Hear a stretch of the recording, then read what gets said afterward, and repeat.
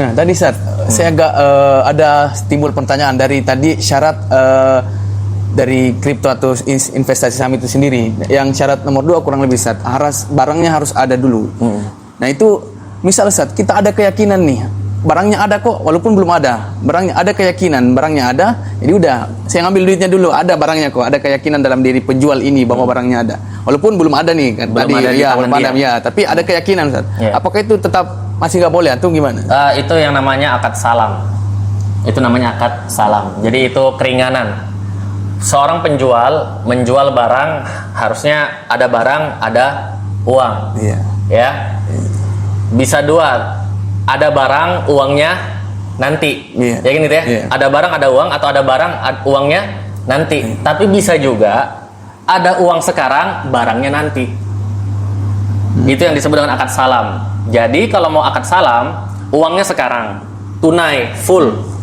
Jadi nggak boleh uangnya hutang, maksudnya cuma bayar setengah, barangnya juga hutang. Karena Rasulullah Shallallahu Alaihi Wasallam naha, melarang dain bid dain, melarang menjual hutang dengan hutang. Berarti maksudnya adalah, salah satu maksudnya adalah barangnya hutang nanti, uangnya juga nanti. Berarti kan cuma janji. Berarti cuma janji, belum terjadi jual beli. Nah sekarang uangnya sekarang, uangnya full sekarang, barangnya nanti, berarti barangnya yang hutang. Itu namanya akad salam. Syaratnya adalah, pertama uangnya harus sekarang, barangnya nanti, dan barangnya bisa disifati. Misalnya saya bilang ini buku ini Fiqih Manhaji, tebalnya sekian, covernya sekian, terbitan sekian, itu sifat. Ya, jadi harus bisa disifati dia. Seperti kita beli motornya inden, itu akad salam. Uangnya sekarang, motornya inden, nanti kan 2 bulan lagi datang, tapi sudah tahu tuh spesifikasinya. Nah, sudah dapat spesifikasinya, maka ketika penyerahan harus sama dengan spesifikasinya. Haram seandainya dia beda, katanya ini warna biru kok, yang datang warna merah, batal langsung. Jadi berat untuk investasi salam. Bahkan disyaratkan juga harus di tempat penyerahannya harus sama dengan yang dijanjikan, tempat penyerahan. Jadi nggak boleh akad salam seperti ini. Seperti tadi misalnya contohnya, saya yakin barangnya akan ada. Terus yang penting uangnya sekarang dulu. Ditanya, emang kapan datangnya? Ya kira-kira 2 minggu 3 minggu lagi. Jelas kapan? Bilang aja 3 minggu supaya kasih spare waktu. Walaupun dia datang 2 minggu, tapi janjinya 3 minggu. Itu benar daripada 2 minggu atau 3 minggu lagi. Itu menyalahi kaidah akad salam itu. Barangnya bagus nggak? Ya kalau bagus ya pasti semua orang bilang bagus ya. Misalnya, jadi kapan bisa diserahkan? Di mana diserahkan? Tenang aja, nanti kalau sudah datang saya telepon. Kalau sudah datang saya telepon. Ya, kalau sudah datang saya kabari. Nggak, harus jelas dulu. Di sini ambilnya. Atau nanti saya kirim ke rumah. Itu jelas. Jadi ya kalau sekarang ini bisa dikatakan jual beli online itu akad salam. Jual beli online. Uangnya kita kirim sekarang, barangnya kapan? Nanti kan, janji kan dia kan, janji kirim kan. Tapi kita belinya gara-gara apa? Gara-gara gambar, ada deskripsinya kan. Ya itulah akad salam. Jadi boleh. Nah, Sat, ini agak melenceng sedikit Sat, dari pembahasan investasi. Nah, saya teringat dari baru-baru kemarin yang ada sedikit keluaran kebijakan tentang belanja online COD ini. Gimana hukumnya Sat? Katanya ada yang baru-baru ini malah mengharamkan COD ini. Ya gimana Sat? Jadi kalimat COD, makanya sebetulnya paling penting itu dari transaksi itu adalah akad. Paling penting dari transaksi adalah akad. Kalau akadnya nggak jelas, akhirnya kayak gini sekarang. Kita bingung, ya. COD itu seperti apa? Kita bilang sama penjual, saya mau beli ini, ya kan? Kemudian kurirnya beli, kurirnya keluarin duit untuk beli itu, ya kan? Itu COD kan, betul nggak? Kemudian kurirnya datang ke kita dan dia menyerahkan barangnya, lalu kita apa? Kita bayar ke kurir. Kita bayar ke kurir kan? Nah, di sini kita lihat COD bisa dibatalkan atau tidak? Bisa dibatalkan. Bisa. Karena COD bisa dibatalkan, berarti kurir menjual barangnya ke kita. Sekarang masnya jual handphone sekarang, ya ke saya. Saya bilang, aku beli handphone ya. subuh ini aku beli ya. Datanglah dia bawa handphone ini. Terus pas sudah ini nggak jadi, saya bilang nggak jadi. Boleh nggak? Boleh, nggak masalah. Jadi nggak jadi beli, ya. COD datang orangnya, kita beli sama kurir, terus kita bilang nggak jadilah. Kan boleh tuh di COD kan? Berarti itu jual beli. Yang jadi masalah kalau nggak boleh dibatalkan. Kalau nggak boleh dibatalkan, itu artinya kita lagi ditalangi sama kurir. Kalau ditalangi sama kurir berarti kita berhutang sama kurir, betul? Karena kita berhutang sama orang, maka kita tidak boleh membayar lebih dari hutang tersebut. Makanya ada yang mengatakan COD haram. Kenapa? Karena menganggap COD itu kita hutang sama kurir. Kalau kurang hutang sama kurir tidak boleh lebih bayarannya. Sedangkan kan kita bayarnya lebih dari hutang kita. Ya kan? Itu dia kenapa diharamkan. Jadi lihat dulu COD itu sebetulnya jual beli atau hutang. Kalau saya lihat COD itu kita beli sama kurir, maka boleh ada tambahan di situ, nggak masalah. Paham sampai di situ? Ada perbedaan kan? Jadi pada intinya di kurirnya ini ya, saat misal dibatalkan atau nggak bisa dibatalkan makanya itu. Bukan di kurirnya, di akadnya. Oh, di akadnya. Coba kita lihat, kalau dia bilang COD nggak bisa dibatalkan, COD nggak bisa dibatalkan karena kesian kurirnya dan seterusnya, misalnya gitu, COD tidak boleh dibatalkan, berarti kita lagi ditalangi sama kurir. Sekarang saya hutang sama Mas, ya kan? Apakah saya bisa utang yang kemarin 500.000 saya nggak bayar ya? Emang boleh kayak gitu? Nggak bisa selalu di apa istilahnya dibeban sama saya, kecuali kalau Masnya ampuni kan. Nah sekarang saya mau beli ini nggak jadi, boleh nggak? Boleh aja. Jadi itu perbedaannya. Kalau jual beli bisa dibatalkan, tapi kalau hutang nggak bisa dibatalkan. Jadi COD kalau dia bisa dibatalkan nggak masalah. Ya, Allah. Nah, Ustaz, balik lagi ke investasi nih, Ustaz.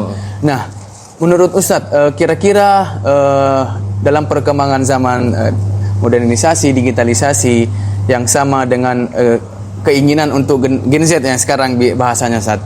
Ini kan bagaimana kita menginvestasikan atau mengalokasikan dana kita supaya untung di kemudian hari. Nah, tapi yaitu balik lagi tadi keharaman dan kehalalannya, Ustaz. Nah, perbedaan yang signifikan dari saham dan kripto ini gimana sih, Ustaz? Yang membuat orang ragu ini, kayaknya lebih mending saham aja deh, lebih aman deh daripada kripto ini. Sebetulnya yang saya lihat, sebagian dai-dai mengatakan masalah saham dulu lah, saham. Dianggapnya saham itu tidak jelas atau dianggapnya saham itu judi. Karena sudah menganggap itu judi, berarti sudah pasti haram.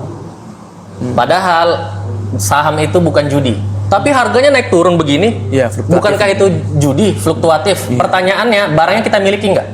Miliki. Kalau dia turun kita jual nggak? Suka-suka kita mau kita jual atau nggak kan? Berarti kan kalau dia turun bisa kita pegang sampai dia naik lagi, betul nggak? Itu bukan judi. Judi itu seandainya turun langsung hilang. Kalau naik untung. Misalnya contohnya tebak harga. Dulu pernah yang kasusnya siapa itu? Indra Keynes. Iya, kayaknya itu kan tebak itu kalau nggak salah ya. Yang trading, yang binomo. Iya. Nebak itu kalau nggak salah kan. Nah, itu judi. Kita naruh uang, kalau dia naik dapat uang, kalau turun uangnya hilang. Itu namanya judi. Nah sekarang kita beli barang, ternyata harganya turun. Ya udah, itu resiko jual beli biasa. Ternyata supply-nya, ternyata demand-nya hilang, demand-nya nggak ada. Ya udah, itu resiko jual beli biasa. Contohnya kita beli roti lah.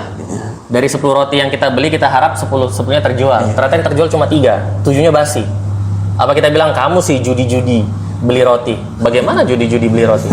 Itu. Atau yang gampang juga kita bisa kiaskan atau logikakan dengan jual beli emas. Sekarang beli emas tujuannya apa? Agar harta kita terlindung, dan kalau hartanya emasnya naik nanti kita jual kan gitu kan? Tapi sekarang pertanyaannya, saya beli sekarang dan saya jual sore ini, untung atau enggak? Pasti rugi. Karena ada selisih antara harga beli sama harga jual. Pertanyaannya, berapa lama yang harus saya tunggu sehingga harga emas ini melewati harga beli? Berapa lama yang harus saya tunggu? Nggak tahu kan? Nggak tahu kan? Apakah itu bisa disebut judi? Misalnya sebulan lagi saya perlu uangnya, saya jual, ternyata rugi. Apakah disebut judi? Kamu sih berspekulasi dengan beli emas. Coba nggak usah beli emas. Lah, emas siapapun nggak ada yang mengharamkan beli emas. Ya kan? Padahal harganya melewati harga beli ini nggak tahu kapan. Nggak ada satupun yang mengatakan ini adalah judi. Maka sama juga dengan saham. Kita beli itu barang kita. Suka-suka kita kapan mau kita jual. Mau jual hari ini kalau untung alhamdulillah. Jual hari ini rugi ya sudah. Perlu nggak uangnya? Nggak perlu. Tahan dulu sampai nanti harganya naik.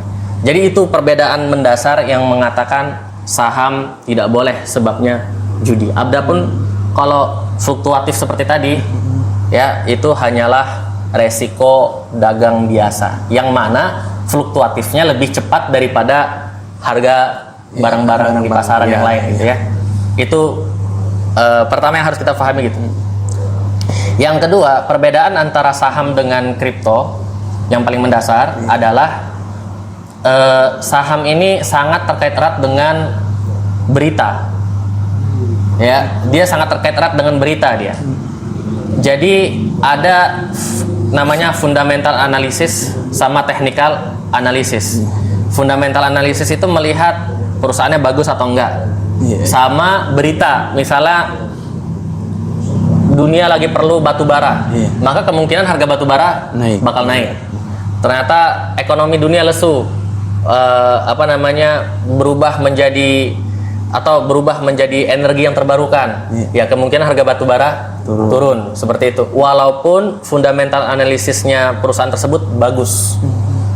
Sedangkan kalau kripto dia nggak pakai fundamental, dia betul-betul teknikal. Jadi betul-betul satu lagi kalau saham kita dapat kabar nih berita nih. Hari ini kita dapat berita, kemungkinan orang-orang yang jual beli saham sudah tahu duluan berapa sehari atau 2 hari yang lalu. Beritanya baru kita dapat. Jadi akan selalu ada orang yang mengetahui informasi lebih cepat daripada kita orang biasa. Ya, ketika kita beli ternyata harganya sudah misalnya ini harga awal, ini harga maksimal. Pas kita beli sudah tinggal 3% lagi naik gitu lah. Orang-orang yang beli dari awal sudah tahu sebelumnya beritanya. Tapi kalau kripto nggak bisa. Kripto itu betul-betul technical analysis. Hanya supply demand saja. Nggak ada yang bisa mengetahui duluan dibandingkan orang lain. Jadi dari segi apa ya? Fairness, kripto lebih fair. Dari segi fairness, kripto lebih fair.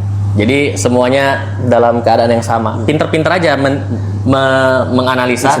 Kalau udah naiknya segini, ya pastilah orang jual. Berarti bakal turun. Kalau sudah turun begini, orang pasti beli. Berarti bakal naik. Tapi saham kita membuat kayak gitu susah. Karena selalu ada berita-berita itu tadi. Ada orang yang ada bandar-bandar, istilah disebut bandar yang sudah beli banyak. Terus dia tahan, nanti pas naik baru dia jual. Lebih fair kripto justru. Saya rasa seperti itu. Wallahu a'lam. Tapi saya sendiri belum pernah beli kripto. Ini baru teori aja ya. Kalau saham saya beli, makanya saya tahu dalamnya. Udah training yang ada rugi terus. Nggak bisa ditebak. Terus silakan. Tadi ada singgung fundamental dan technical analysis. Nah, pernah juga saya dapatkan kalau kita asal beli nih Sat, mungkin karena FOMO, bakal naik nih, naik masuk cepat, beli nih saham ini. Nah itu gimana Sat? Hukumnya kita FOMO tanpa analisis teknikal atau fundamental teknikal gimana itu Sat? Dengan orang yang sisi satunya mereka menganalisis, satu analisis satu enggak sama-sama masuk, gimana Sat? Kalau bicara boleh atau tidaknya boleh atau tidak, maksudnya haram halalnya halal. FOMO itu halal. Karena apa? Karena tadi syaratnya apa? Jelas belinya, zatnya jelas, kadarnya juga jelas. Berarti lagi FOMO dengan saham apa? Ya kan? Tahu saham yang kita beli dan tahu harganya berapa. Apakah harus disyaratkan harus tahu siapa direktur perusahaan tersebut? Apakah disyaratkan harus tahu apa itu istilahnya? Laporan keuangan? Apakah disyarat? Enggak harus. Yang penting kan tahu namanya apa, ya kan? Dan harganya berapa. Tapi kalau ditanya layak atau tidak layak, ya nggak layak lah. Kalau ditanya FOMO, pas lagi naik kita mumpung lagi naik kita beli. Kalau ditanya layak atau tidak layak, ya nggak layak. Kenapa nggak layak? karena kita membeli tanpa mengetahui fundamental atau teknikalnya, cuma ikut-ikutan orang. Berarti kemungkinan besar ruginya lebih besar. Orang kan tahu tuh dia beli dan dia sudah kira-kira nih. Ketika dia nyampaikan kan dia sudah beli duluan di harga turun kan. Iya. Maka ketika sudah naik 5%, kita baru masuk, dia bisa aja jual dan untung 5%. Kita Iya. masuk udah kemungkinan turun karena Iya, FOMO kan. iya. Nah, kalau ditanya halal haram, halal. Tapi kalau layak tidak layak, ya tentu aja nggak layak. Itu namanya sembrono dalam jual beli. Termasuk kayak kita beli barang yang ada di sini, ya kan? Iya. Kita cuma lapar mata, tahu lapar mata? Ya, Kita ngelihat, mau beli ini, mau beli ini, mau beli ini. Padahal kita nggak perlu. Boleh nggak? Halal nggak? Halal. Halal, ya, halal. Tapi layak nggak? Nggak layak. Kan gitu.